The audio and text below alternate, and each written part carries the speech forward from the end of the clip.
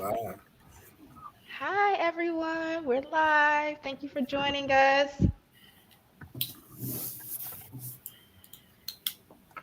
We'll give people a few more minutes to tune in. All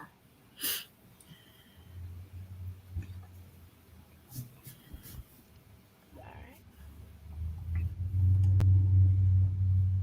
Can you guys hear us okay? So far, good. All right. Mm-hmm. Perfect.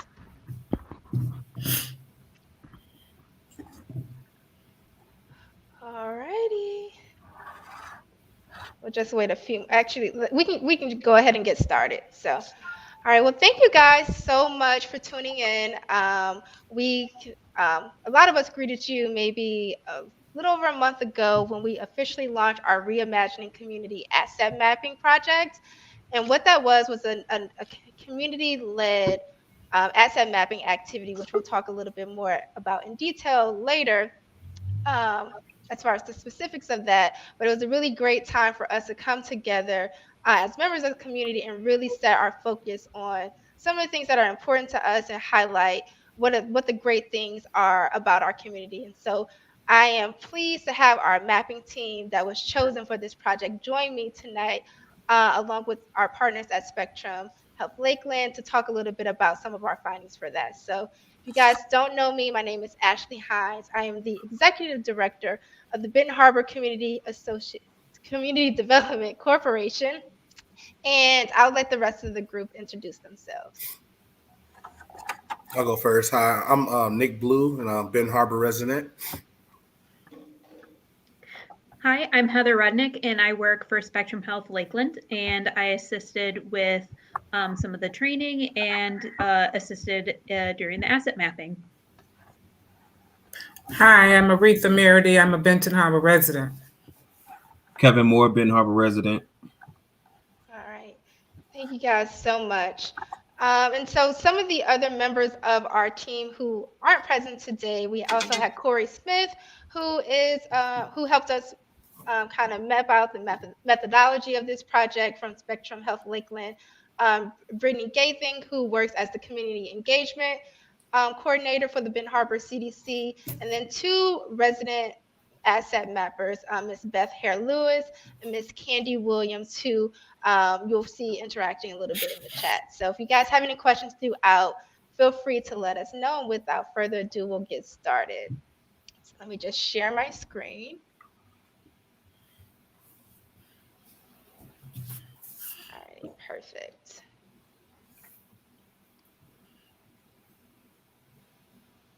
Oh, not perfect because it didn't advance. Okay. Alrighty, so asset mapping. Asset mapping, for those of you who didn't catch the initial presentation, a lot of you probably have questions of what is asset mapping. So it's basically a strength-based approach to community development. A lot of times when you see communities who may be in need of revitalization, it's very easy to focus on what a community does not have. Oh, we don't have great parks, the communities aren't safe, there's not a lot to do, things of that nature. And so, what mapping does, it encourages the residents to look at what the community has that exists and figure out how you leverage those things to then build up your community, to figure out what other resources you need to pull into your community to be able to advocate for your community, things of that nature. And so, what we did with this project, we worked to identify various resources, whether it's property, community spaces, the dope people that may live in a certain area, vacant land, vacant buildings, and looked at how those things can be used. And so, um, just a little bit about the area that we mapped. We focused primarily on that Empire Broadway corridor of the city. And we chose to focus on this area because for me and a lot of people, this symbolizes the heart of Ben Harbor. There's so many people who have a special affinity to that area. I'm sure most of us have some story of growing up in that area or spending time in that area. Or if you didn't grow up in that area, I know that, when I was young, we would ride our bikes to that area because there was always something going on. And so that's why we decided to primarily focus on that area. ultimately we would like to cover the entire city of Benton Harbor once we have the resources. But for now, that's the area that we decided to focus on. All right, so I'll let Heather talk a little bit about the methodology that went into building this study. Yeah. So one of the first steps that happened when we decided to start doing the asset mapping was to do some training with all of the folks who were going to participate and do the asset mapping itself. So the first thing we did as a group was we met at the African American History and Literature Gallery. And we discussed as a group some of the common definitions of what an asset is. And then as a group, we decided what definition we were going to use. So looking at assets very broadly, like Ashley mentioned. So looking for assets, it could be people, it could be buildings, institutions, or groups. After that, we went over what the asset mapping process looks like, which was to go through the community, take pictures of those assets that were identified, and to document what makes those particular things an asset. And went over really what the purpose of this was, which was, as Ashley was talking about, a way that we can understand opportunities for revitalization and to understand the strengths of the community. After that, we started to talk through the tool that we use to collect all the information. So how we actually were able to document what made something an asset and the type of asset it was. So we were able to document as we went along what type of asset something was, whether it was an institution or like a park. And then really importantly, we did a lot of time talking about how to conduct interviews with people who have a deep understanding of the history of the community. So RJ helped us to learn how to conversationally discuss with people what makes particular things in their community an asset, and really just to start talking through what are some of the community's aspirations for the community in the future.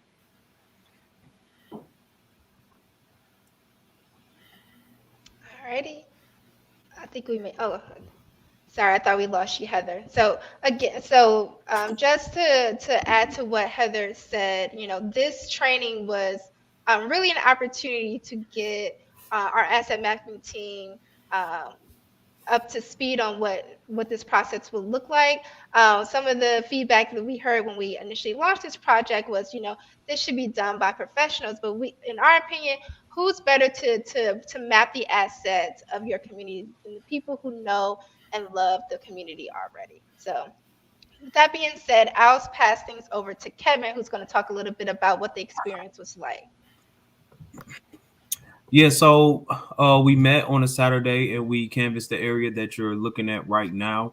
And what we wanted to do was go through the area and see, what we were noticing on a daily basis. And some of the things that we were seeing as we were walking through the neighborhood and canvassing it, we were looking at buildings that we wanted to reimagine, right? So we wanted to see these buildings that we could revitalize, spaces that had opportunity, not only for just the neighborhood in itself, but things that could be used for our youth and also for our elderly community as well. What we saw was a lot of vacant houses, of course. Everyone knows that. Abandoned buildings and some of these spaces that we could revitalize. So what we saw was, it was beautiful actually. We saw people cleaning their yards on a Saturday. We saw people cutting their yards. We saw people painting their houses. We found that there was a real neighborly feel in these neighborhoods that we were walking through, as we talked to some of these people in the community. So we talked to homeowners, and we were asking them questions about, things that they were doing and why they stayed. And like I say, it was just a real neighborly feeling as we walked through the neighborhood, as we were mapping those assets as well.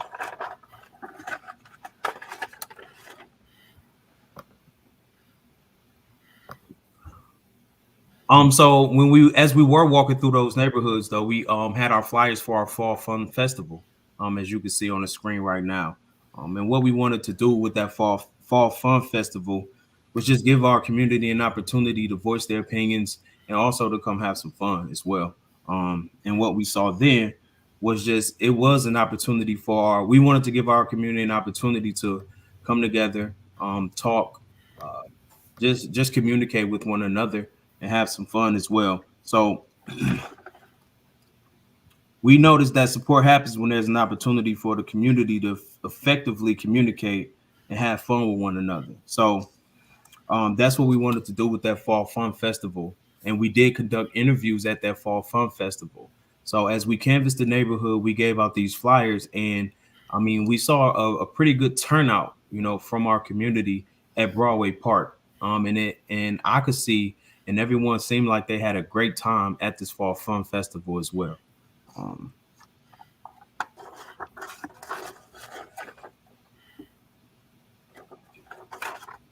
The data analysis.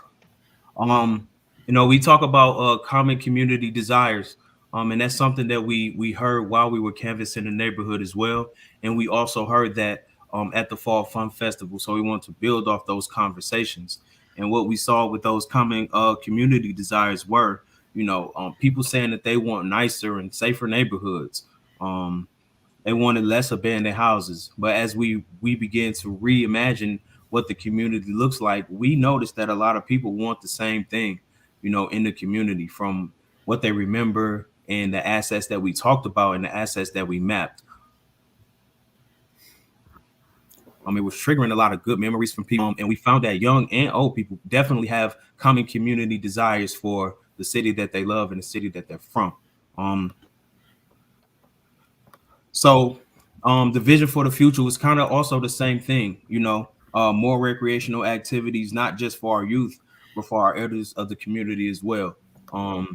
Opportunities, community skills, desires, and assets. Well, we found that we have a lot of people we all know that we have a lot of people in Ben Harbor that we know they do a lot of things, but they're not just, it's just in our neighborhood though. And we wanted to make sure that we see that and acknowledge that as well. So when we talked through the data analysis, we talked about how to share this information in a way that will be most useful to the community. Well,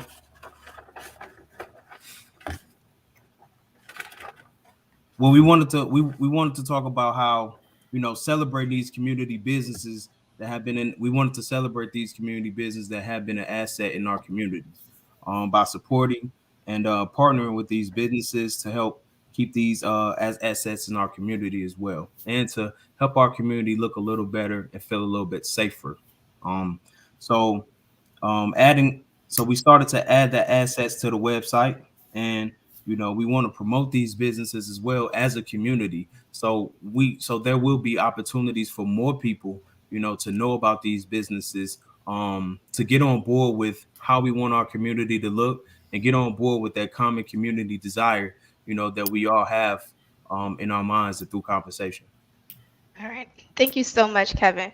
So I'll pass it over to Ms. Aretha to talk a little bit about some of the assets we mapped throughout the project in that particular neighborhood. We mapped, I believe it's about 44 assets. We won't highlight each and every one today, but we will give some highlights of things that stood out to us. So Ms. Aretha? Hi. One of I want to call it a hidden gem. One of the most important asset, in my opinion, was the African American History and Literature Gallery. I ride past this place every day. Never had gone inside until the evening we met there, and it was like me being on a field trip. I was so glad I was invited in. We have so much we can learn about our culture and our heritage right there in that gallery. The gallery also housed a thrift store down in the basement. It was a pleasure to meet the owners, and so thankful that we had the meeting there, and looking forward to going back and sharing that with others in our community.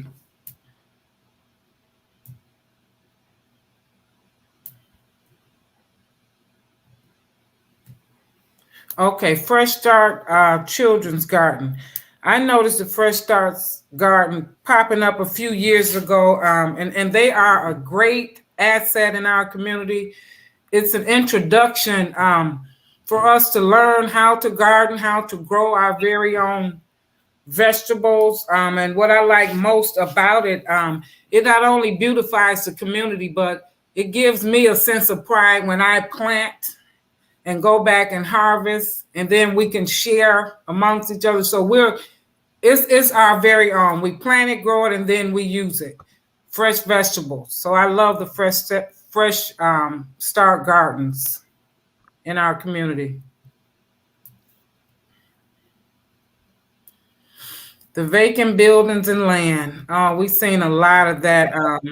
The vacant buildings can really be an eyesore, and the vacant lands. But at the same time, you can see it. Like Kevin said, I can imagine Black-owned businesses there. I can imagine different community outreaches in some of these buildings that can be rehabbed. The land, I can see affordable housing going up. I see parks, more parks. There's a lot that can be done with the vacant buildings and the land that's here in our city.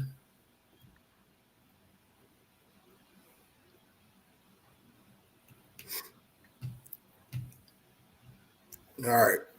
So while we was doing some of the mapping, we saw a lot of vacant homes, and outside of them, just kind of being there, like I said, sticking out as an eyesore, we saw those as an asset, major asset in our community.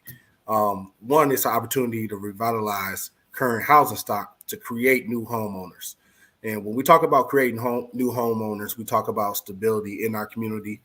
We talk about people owning the spaces that they're in. So we talk about our community being safer and cleaner. If we having more owners, people are, staying in a certain neighborhood for longer periods of time and knowing their neighbors and not being, scared to speak up when they're seeing crime. So it's a real big asset for the homes, a lot of the homes that we saw here, and a lot of opportunity for growth. And then an opportunity for some community-driven investments. So now we're working together, investing in these homes and creating new opportunities for home ownership. And the next asset that we had was our educational institutions in the area that we have mapped. One of the first ones that stuck out to me was the literacy box that's right on the corner of Empire and Colfax. A lot of people don't know that literacy box there, and I think it's the only one kind of in the area. But just to, just it's an asset, just pushing literacy, reading, being able to have access to books outside of the libraries. So that was one of the assets that we saw, and that was right outside of Ben Harbor High School. And, everybody in the city looks at Ben Harbor High School as an asset. One, it's a place of learning, but then there's a place of socialization. It's deep history to our community. It's a place where people reconnect with others and just sense of tiger pride within our community. And then another educational institution that we kind of mapped and saw was the River of Life, which was the old I think traditionally was don't quote me on this, St. Matthew's. And so we learned a little bit about the history there, going along with the church that was there. And we just, like I said, we just noticed that these institutions was in that area and how important they are to our community. And then the opportunity for growth for these institutions, which kind of goes into the next slide with some of our businesses that's in the area. And one of those local businesses that we wanted to highlight was actually Stearns Auto Service. When we mapped business. We looked and we kind of talked about the history and how long it's been here. And one of the major things that stuck out about this auto service was that it's always been so kept up and clean. And this has been a staple in the community for a long time. And we started to talk about how some of these businesses can actually partner with these school institutions and to kind of create programs and workforce programs for our students.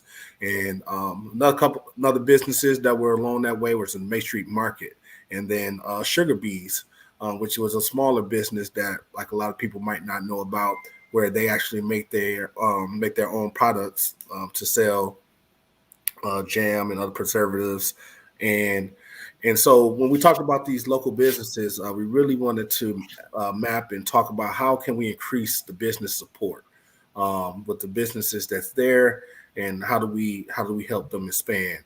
And then also one of the things we saw when we was mapping as well, that how do we support the unregistered businesses? So we're talking about the people who's doing great work, but they don't know how to really turn that work and what they're doing into a business, into an actual business. And so creating programming for those businesses.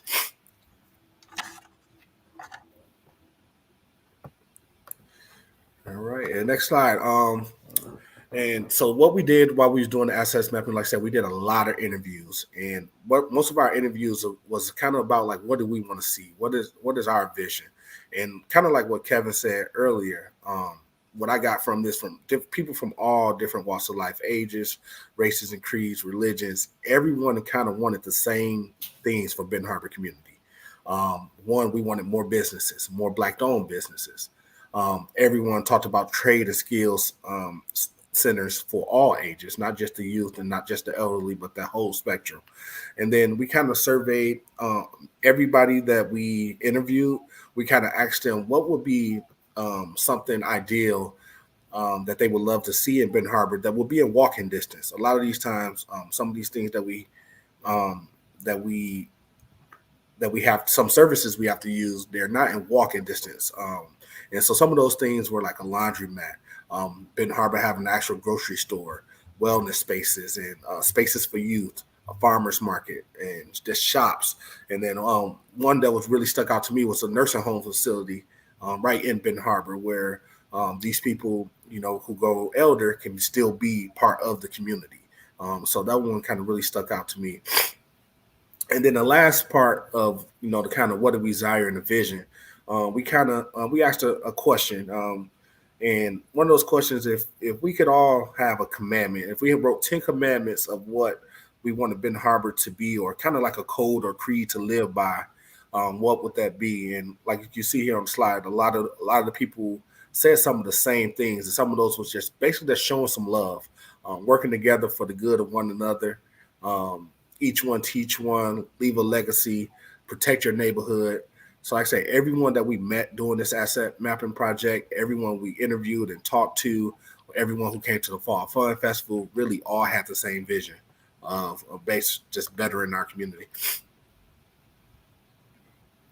Hey, thank you so much, Nick. So one of the things that we did not include in this was the people who we met as assets. We met so many dynamic people throughout this process, and actually the idea for the 10 Commandments came out of conversation that we had with someone. We talked about um, some of her desires, and she just kept on saying, like, people just need to show some love. Like if people follow the 10 Commandments, we would just all be so much better. And we just thought, well, what if we made our own 10 Commandments for the city to follow? And everyone made an oath and dedication that these are the commandments that um, we're going to follow as a community. And so I'm excited about what that process could look like as far as us determining what these commandments would be, these affirmations, and what they are going to look like for us, and how we can use that common goal of following these things to better our community, to actually strengthen that. So Heather.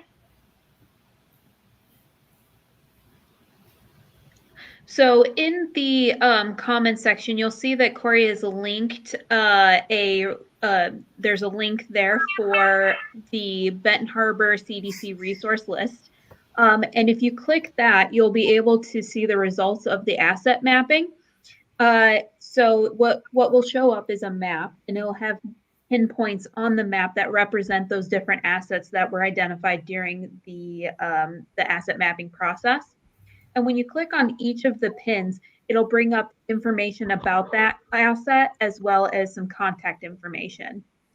So the goal of this resource map is to one provide a place for community members to go to learn about resources in their community, but also for community members to provide more information on additional resources and assets. So when you access that link, you'll see that there's a section where you can provide new um, assets that you've identified, as well as what services are provided, that once it's been reviewed can go to the map so that everyone in the community can see that asset as well. So wanting this to be a continuously growing resource list for the community by the community.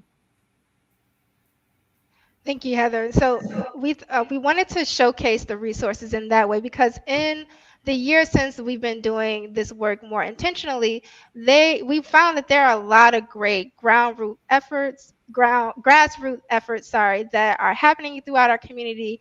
There are a lot of other services provided by some of the local companies and other organizations that a lot of people just quite frankly do not know about. And so our goal was to create some type of hub for these resources so that if people are looking for assistance in any way, or a tutoring service or whatever they may be in need of, all of this information is kept in one place. And so we hope that people will take advantage of this tool and be able to add to this list as well, because it only works if people submit information. And so I'm excited to see how that is used as well. And so what does this all mean? What happens next? And so it's really important for us to take these conversations and these thoughts, these ideas beyond conversation, right? And so to put action behind it is what's necessary in order for us to build the community that we want to see. And at the Ben Harbor CDC, we have this strong belief that the community should be built from the inside out, because if it's not done in that way, that is how you uh, get gentrification and a displacement of people who are legacy residents to a certain area. And so one of the things that we'd like to do going into the next year would be to mobilize the community through the use of community associations. And so some of the benefits of community associations are to strengthen community bonds. Um, People are able to solve problems together. One of the biggest examples of that that's happening right now is what's happening with the water crisis. Before it became this mobilized thing, we were being told that we had to wait all of these years for a solution. But because people stood together and because people were able to make noise, now you see progress. And these are the types of things that could be that same type of situation can be played out in getting resources throughout our community when we are mobilized and organized behind the causes on all levels throughout leaderships and just the regular everyday citizen who just wants a better life for themselves. And so community associations are also a great way to create safer communities and to work more effectively with municipality services, like I was saying before, with city leadership. And then, it's a great way to have various fun and social activities. A lot of the comments that we were hearing was that, there's not a lot to do here. And so through these community associations, we will be able to have community events that are in walking distance for people and not having to go downtown or have to leave our community in order to have fun. There's this belief in Ben Harbor that in order to do well or to have a good time, you have to leave, and that is just simply not true. And so we want to be able to mobilize the community through these um, community associations in order to provide a better experience in life for our people. And so I have the link here. If you're interested in starting a community association in your neighborhood or block club, or just helping with the overall process, if you follow this link, it will take you to the link to register to do that.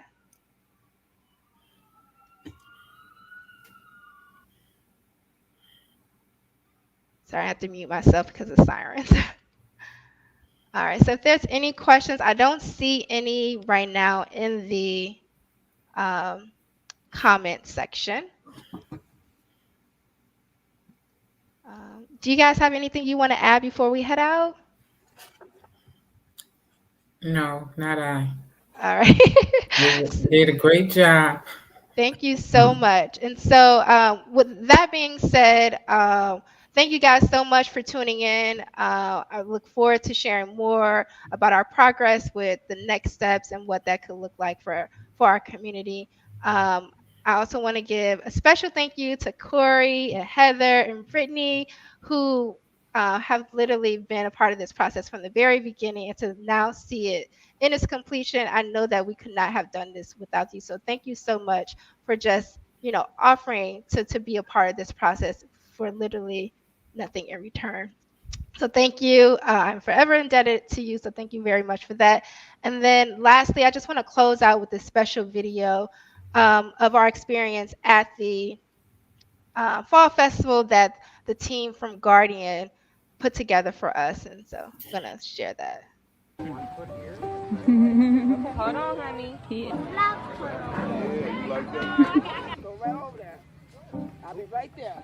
I love my community because of the family environment, because of what it's invested in me in terms of understanding what's important in life, how important people are, and watching people kind of manifest and grow into, what ultimately you want everybody to become, and that's their best successful selves. And that's what I learned here, especially here in this park.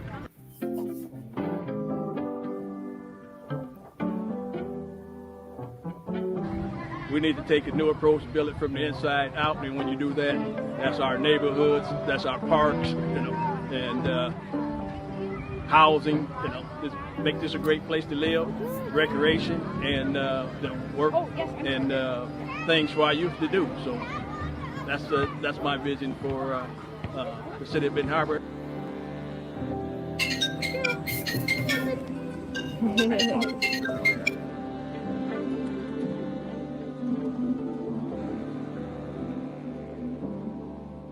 My vision is to restore, rebuild, Benton Harbor, revitalize Benton Harbor, bringing back parks, restoring the parks, restoring and rebuilding the community. So bringing the inner things to the inner city, children gardens, things of that nature. So that's why I love Benton Harbor, because we are strong, we are resilient, and we will survive and we will rebuild.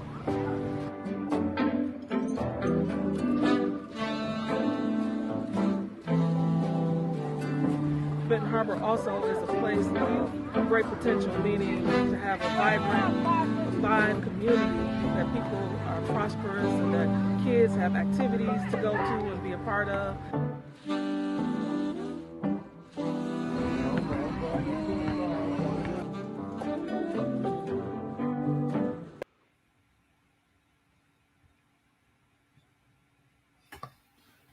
All right, so I think I'm getting soft in my old age because that just makes me emotional every time I watch it. But thank you guys so much for tuning in. And to our mapping team, thank you guys so much for taking the time out of your Tuesday to do this with us. So have a good night, everyone. Bye.